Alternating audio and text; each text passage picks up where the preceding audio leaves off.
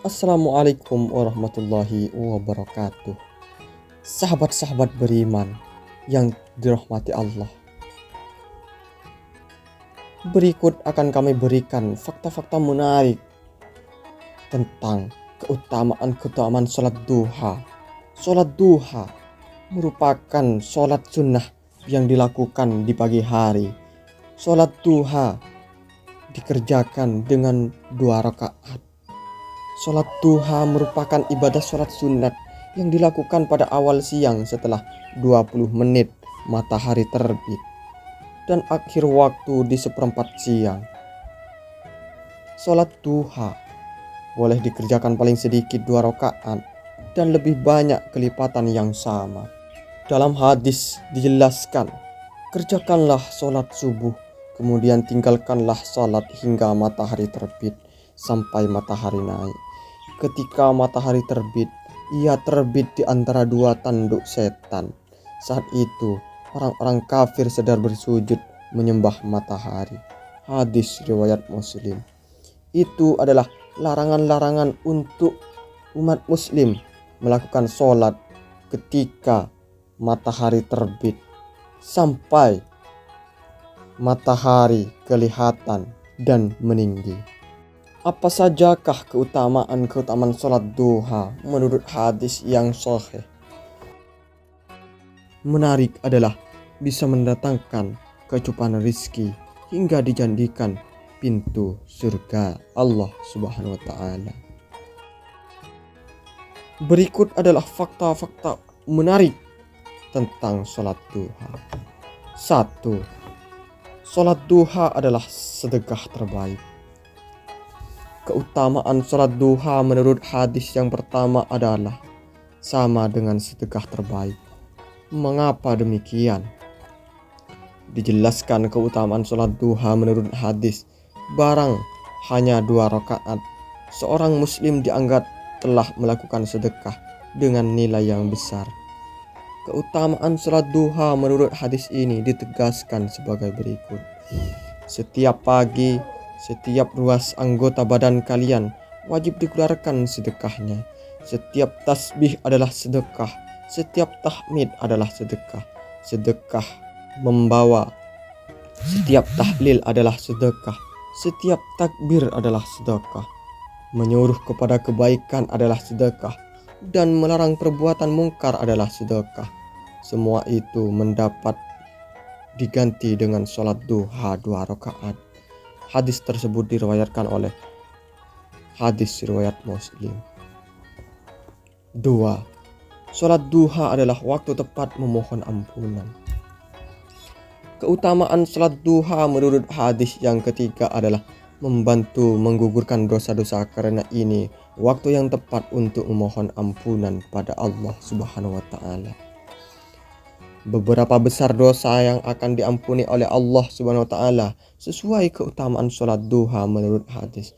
Dijelaskan keutamaan sholat duha menurut hadis ini diampunkan atas dosa-dosa para umat meski sebanyak buih-buih di lautan. Keutamaan sholat duha menurut hadis ini ditegaskan dari Abu Hurairah radhiyallahu anhu dari Rasulullah sallallahu alaihi wasallam bersabda, barang siapa yang menjaga sholat duha maka dosa-dosanya diampuni walaupun dosanya itu sebanyak buih-buih di lautan. Hadis riwayat Tirmidzi. 3. Sholat duha adalah ladang memperoleh keuntungan. Yang ketiga adalah keutamaan sholat duha menurut hadis yang kelima adalah ladang memperoleh keuntungan. Rasulullah Shallallahu Alaihi Wasallam menimbang keuntungan sholat duha sebanyak-banyaknya. Adanya keutamaan sholat duha menurut hadis ini dijelaskan keuntungan yang diperoleh oleh para pelaksana sholat duha berjumlah lebih banyak dibanding dengan keuntungan yang diperoleh oleh para mujahid perang. Keutamaan sholat duha menurut hadis ini ditegaskan dalam sabda Rasulullah Shallallahu Alaihi Wasallam sebagai berikut. Perolehlah keuntungan atau ghanimah dan cepatlah kembali. Mereka akhirnya saling berbicara tentang dekatnya tujuan atau tempat perang dan banyaknya ghanimah atau keuntungan yang akan diperoleh dan cepat kembali karena dekat jaraknya.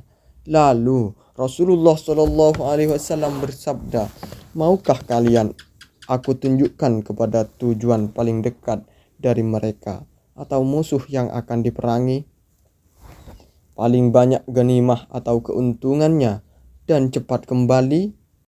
Mereka menjawab, iya Rasulullah. Lalu Rasulullah berkata lagi, barang siapa yang berwudu kemudian masuk ke dalam masjid untuk melakukan sholat duha, dialah yang paling dekat tujuannya, tempat perangnya, lebih banyak ghanimahnya dan lebih cepat kembalinya. 4. Waktu paling ijabah. Keutamaan sholat duha menurut hadis yang ke-6 adalah ini paling mudah, paling ijabah. Mengapa sholat duha adalah waktu yang tepat untuk memanjatkan doa? Dijelaskan, jika pada waktu duha disempatkan untuk melakukan sholat duha, maka saat itu para malaikat turun ke bumi bertujuan menyaksikan sholatnya kaum mukmin. Hal tersebut ditegaskan pada wahyu Allah Subhanahu wa taala dalam Al-Qur'an surat Al-Isra ayat 76. Jika pada waktu duha digunakan untuk memohon dan berharap doa, maka malaikat akan menolong mendoakannya agar diterima oleh Allah Subhanahu wa taala. Maka bukan tidak mungkin bila doamu dikabulkan oleh Allah Subhanahu wa taala di waktu salat duha. 5. Terhindar dari keburukan. Keutamaan salat duha menurut hadis yang ke-7 adalah akan dihindarkan dari banyak keburukan.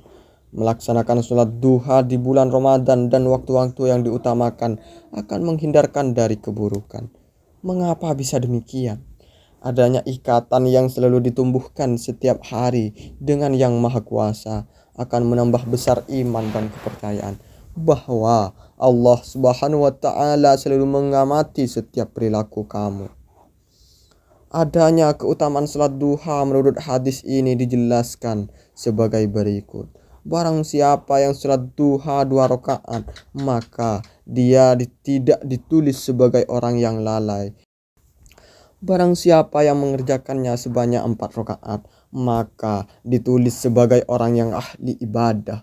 Barang siapa yang mengerjakan 6 rakaat, maka diselamatkan di hari itu. Barang siapa mengerjakannya 8 rakaat, maka Allah tulis sebagai orang yang taat. Dan barang siapa yang mengerjakannya 12 rakaat, maka Allah akan membangun sebuah rumah di surga untuknya. Hadis riwayat At-Tabrani. Tidak hanya itu, salat duha juga merupakan salat yang bisa menyehatkan tubuh. 6. Salat duha menyehatkan tubuh. Keutamaan salat duha lainnya adalah baik bagi kesehatan tubuh.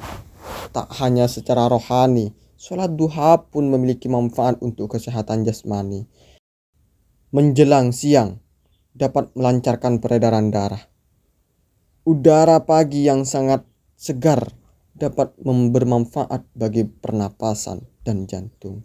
Selain itu, waktu pagi merupakan waktu yang tepat untuk menggerakkan semua otot yang masih kaku supaya badan tetap fit dan peredaran darah menjadi lancar. Rajin sholat duha juga membantu menyehatkan persendian dan tulang. Berwuduk sebelum sholat juga membantu membuat wajah terlihat awet muda. 7.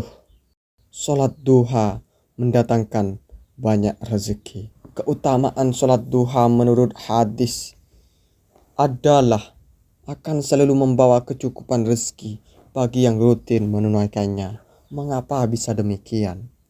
Dijelaskan bahwa keutamaan sholat duha menurut hadis, barang siapa melaksanakan sholat duha 4 rakaat, niscaya Allah Subhanahu wa taala akan mencukupkan semua rezekinya. Adanya keutamaan sholat duha menurut hadis ini ditegaskan sebagai berikut. Allah Azza wa Jalla telah berfirman, wahai anak Adam, Jangan sekali-kali kamu malas mengerjakan 4 rakaat pada awal siang atau sholat duha. Nanti akan aku cukupi kebutuhanmu pada akhirnya sore. Hadis ini diriwayatkan oleh hadis riwayat Daud, Ahmad, dan Tirmidzi.